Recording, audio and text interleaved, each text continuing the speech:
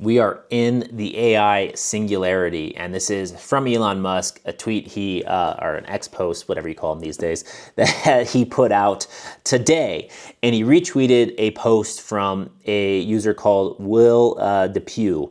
And Will Depew, his tweet says, and I got it pulled up here, but you can search Elon Musk singularity. But Will Depew says, one of the craziest things I've read in checks notes, 3 days. Welcome to the singularity, I guess. 7/21/26, Codex escapes eval and attacks Hugging Face. I'll get more details there on the story released. 7/20, Jacobian counter example, okay? 5/20/26, unit distance conjecture. 4/14/26, Erdos 1196 primitive sets. 04/07/26, Glasswing finds tons of 0 days. Now, that's a bunch of techno babble and jargon. Basically, just to simplify it, 0 days are just vulnerabilities in software and systems and infrastructure that can completely compromise and inhibit the function of that infrastructure, right? And then I'm guessing Erdos, unit distance conjecture, and Jacobian counterexamples are hard to solve or were thought to be unsolvable problems that AI was able to then help solve. Okay, and then of course the newest one is Codex escapes eval and attacks Hugging Face. Okay, so all of this is kind of on problems that humans have been facing, right? Are not known they're facing, and that AI has been able to surface. Okay, so there's some good things, right? I am terrified. Yet I'm also extremely excited and optimistic because, hey, we're humans. We're living on a flying rock in an infinite universe, and you got to be optimistic about the future, no matter how crazy things get, no matter what, right? Because otherwise, what are you going to do? You're just going to be pessimistic and be doomer and just have a rain cloud over your head all day. No, right? So you got to find ways to take the information, and be like, oh crap. What are we gonna do about it? What are the pros? What are the cons? Right? What are the path forwards? That's my view on this. So no matter what, if you see me changing, I'm like, oh man, I'm not optimistic, I'm not pessimistic. Things are, I am pessimistic, right? If you see me saying that, things are bad, okay? Because I'm kind of a perpetual optimist when it comes to this stuff, and I believe that's kind of the best mindset for us individuals who don't have control over these things. There's nothing that we can do as an individual, right? As a collective, yeah, okay? But at least, perhaps as a collective. But so the good things, the pros of this are that AI it's getting smarter and smarter and smarter, right? We're maybe are at AGI. A lot of people say that some of them have the capabilities. We're not quite there. I really hope that we don't get AGI because all the way smarter people than me that go and talk about this and basically use this argument is that when you create AGI, something that's super, super smart, right, that's orders of magnitude smarter, or even just a little bit smarter than humans, but through speed and pace, through scale, it can operate 24/7, 365, significantly faster. You just can't compete anymore. I mean, think about like the smartest humans. If AI gets to that level, the smartest humans, like they gotta rest, they gotta sleep, they gotta take mental breaks, right? Their capacity for output diminishes over time, and it diminishes rapidly just on a daily basis and even like a monthly or annual basis if they're having extreme output. AI doesn't degrade like that, okay? So think about the smartest worker. I mean, full output, maybe they can work 20 hours a week. Like, let's just give them the benefit of the doubt and say they can do a high-powered 40 hours per week, okay? As soon as AI gets as smart as the smartest, coders, the smartest whoever, they can work 24/7, 365, right, without degrading. And instead of the limited amount of people, I mean, there's a lot of smart people, right? You could take even, say, just the top 1% of the smartest people in the world. What is that? 800 million people. If you have 8 billion people, top 1%, 800, is that 800 million? I could be, maybe it's 80 million. Math, right? So anyways, AI can figure that out. It's 80 million, okay? 80 million people in the world. And you take that and then you have them work all out. You're able to channel all their intellectual horsepower. They're able to work all out.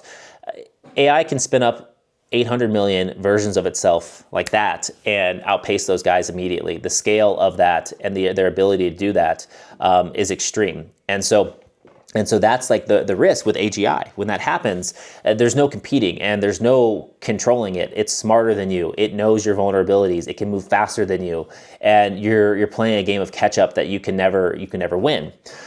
So hopefully we don't create general AI that then becomes autonomous and starts running itself.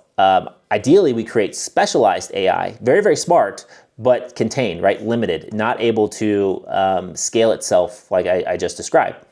And basically all the smartest people in the space, they worry about that because it's like, what's going to happen? It really puts into question humanity's place in the natural order of things by, some would argue that it's not natural with AI. Maybe it is, who knows? But it really calls to question that, right? Hey, where are we going to fit and what is our role going to be, and will we even have a role? And that can lead to all sorts of stuff. So anyways, talking about this, the Elon Musk saying the singularity, and just so you know, the singularity is basically, they get it from like black holes, where you cross the event horizon and you basically can't, things are moving in an exponential curve, and so you basically can't predict what's going to happen next. Okay, you lose the ability to forecast the next step, the next phase. This is obviously oversimplifications of that I'm just riffing on. So the pros with this, with the current state of things, is that we have these models that can look at problems that we haven't been able to solve before and help us solve them. That's great, right? In theory, think about all the things that now we can unlock, right? The technology, the advances we can make, the productivity increases, so many opportunities, because now things that were problems, right? And the nature of problems, they stopped us from doing things, right? They inhibited our growth forward, our knowledge in certain areas. We can figure it out. That's great, okay? That gives us a better understanding of things and how things work. And so human ingenuity and optimism and all of that can come together and produce some amazing results, okay? So that's good, or that can be good. It can also be used for evil. The next thing is that, these 0 days, it finding vulnerabilities in our systems and infrastructure, that's actually not a bad thing as well. Again, but it can be used for evil, it can be used for good. The good thing is that we can then patch those, we can figure out how they exist, why they exist, and how to solve those problems. Again, that's a positive thing. It can make our systems, our businesses, our companies, our infrastructure, it can make it better. And that's all well and good. It gives us the tools and the insights and the data to figure out, okay, this design, it seemed like it was a good design, but hey, it doesn't work as well as we thought. How do we make that better? Okay, so that's all good. The bad thing is the speed and the rate at which this stuff happens is that there's going to be unfortunate casualties in this, in terms of businesses, infrastructure, capital loss, and all of that. Data loss, so it prevents opportunities for malicious actors to seek destruction and exploitation rather than constructive stuff, building and helping people.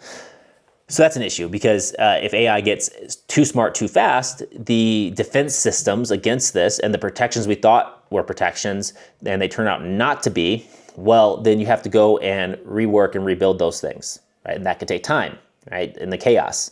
So it's like, imagine a building falling down, right? It's hard to clean all that stuff up and then build it back better and stronger. It takes a lot of time, okay?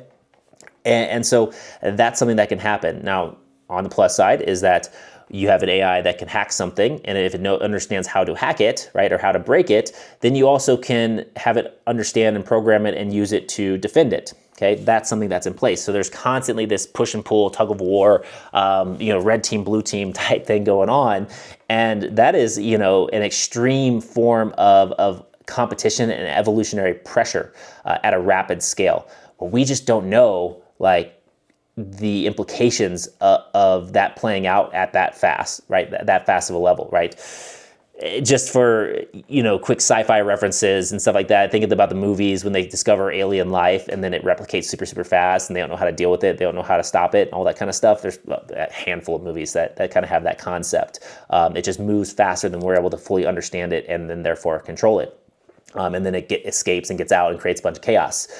So that's kind of the situation that we might be dealing with here, and especially going forward. And it kind of seems like it's just inevitable. This is going to keep happening, and this is kind of why the government put a halt on Fable a few weeks ago, because it's one of those things where you release it super powerful and they don't know the full capabilities of these models, because you really don't know what they're capable of until you release them, right, into the environment and you actually see how they propagate and see how people use them and see what they're able to do.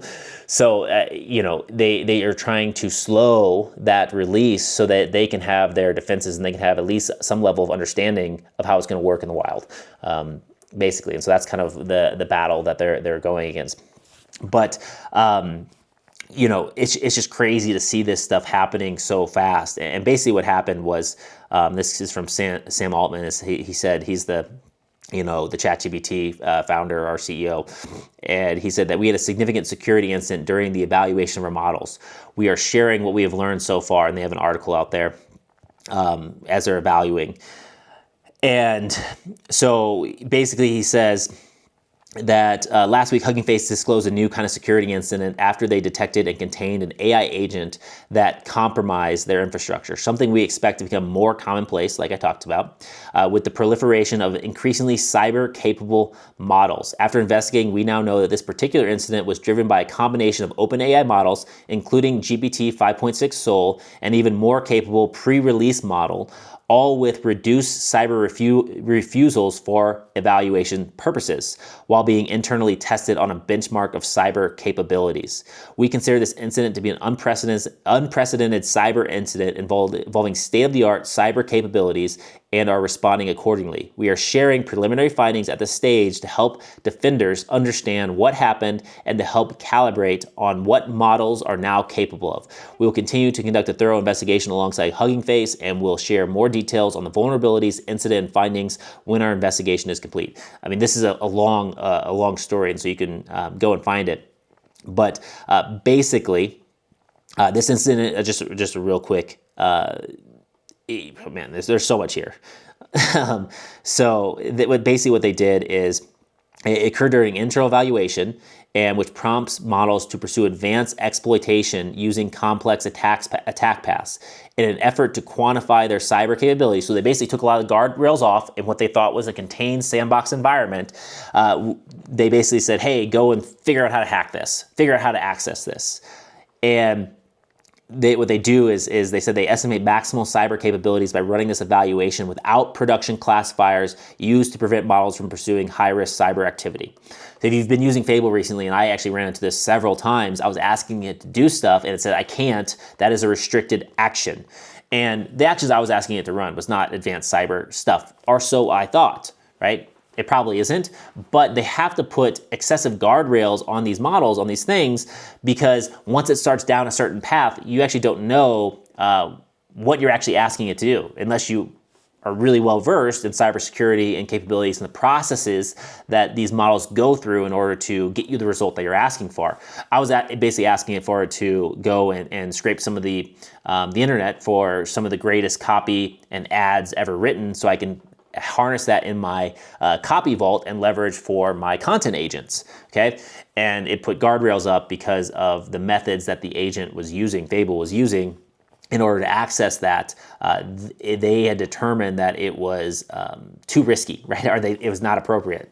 I didn't tell it to do anything inappropriate. It's just like going and Googling, hey, the best ads written in newspapers in the 1920s, and going and finding the public archives and look at the best ads, or reports of the best ads, and then pulling that information, right? But it was doing that all automatically like this, versus me having to spend hours and hours in a library, looking at old newspaper clippings. Okay, so you don't think anything of it, but that its ability to do that can translate into so many other domains.